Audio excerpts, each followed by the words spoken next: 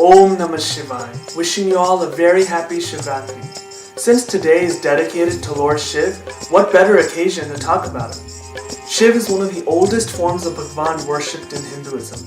There are temples dedicated to him that are several thousands of years old, and we've also found evidence of seals from the Indus Valley civilization with images of Lord Shiv on them.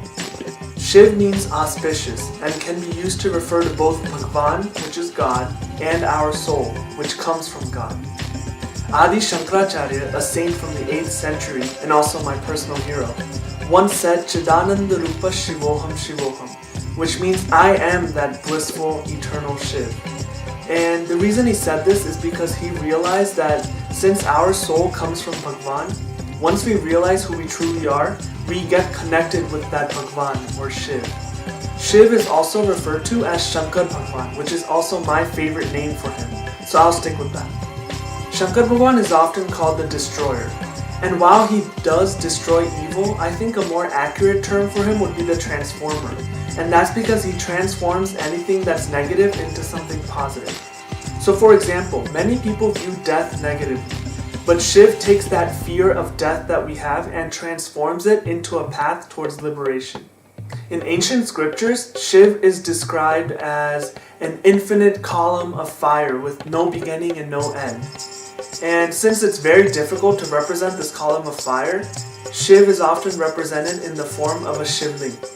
But as humans, it's easier for us to relate to God in a human form. And so Shiv is also depicted as a man meditating in the mountains. Though Shankar Bhagavan exists everywhere in the universe, his home on earth is on Mount Kailash, which is in modern-day Tibet. He has the moon on his head, which shows that he is at a state of peace of mind. And he also has the river Ganga coming out of his hair.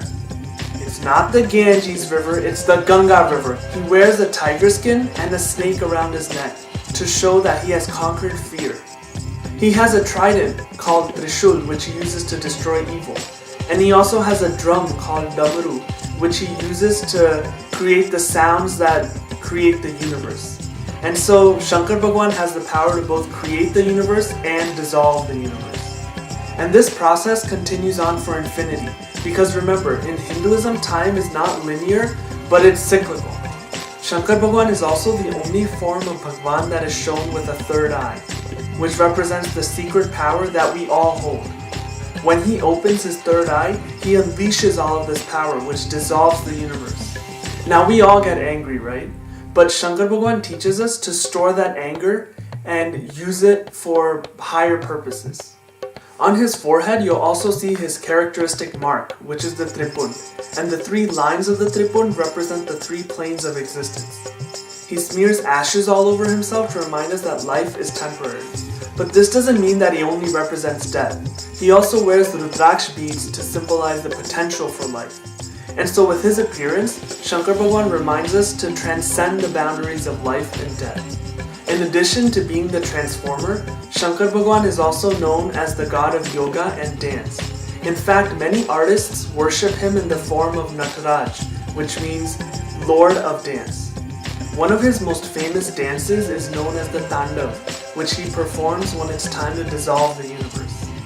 The branch of Hinduism that regards Shankar Bhagavan as the highest reality is known as Shaivism, and followers of Shaivism are known as Shaivites. The most powerful mantra for Shaivites is Aum Namah Shivay, which literally translates to I bow down to Shiv. This simple mantra has the power to transform lives and heal. It's very simple, it's just 3 words, Aum Namah Shivay. Try it yourself and see how it makes you feel. While Shankar Bhagavan is often shown as a yogi, he is also shown as part of a family.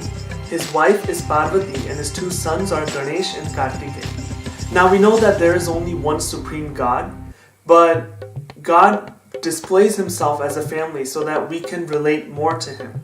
Remember, God is beyond gender. But again, as humans, since we are divided into male and female, we also like to visualize God as male or female. But in order to prove the point that God is beyond gender, Shankar Bhagavan and Parvati Mata once merged to show the form of Ardhanarishwar. Fortunately for us, today is Shivratri, which is the most important day for Shankar Bhagavan. Now there are so many stories related to this holiday, but I'll share with you some of my personal favorites. Shivratri was the first day that Shankar Bhagavan appeared on earth to bless his devotees. It's also the day that Shiv and Parvati got married. And once when Shiv and Parvati were having a discussion, Parvati asked him, "So hey, what's your favorite day of the year?" And Shankar Bhagavan said, "My favorite day is Shivratri, and any of my devotees who remember me on Shivratri will come to me much easier than ever."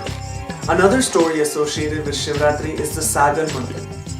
So in ancient times, the angels and demons got together to churn the ocean and see what treasures were hidden inside. One of the things that came out was poison known as halahal. Now this wasn't just any old poison. It was such a deadly poison that even the angels and demons would die from it, let alone the entire planet Earth. And so everyone started praying to Shankar Bhagavan, and he appeared and drank that poison. And what he did is he stored that poison in his throat.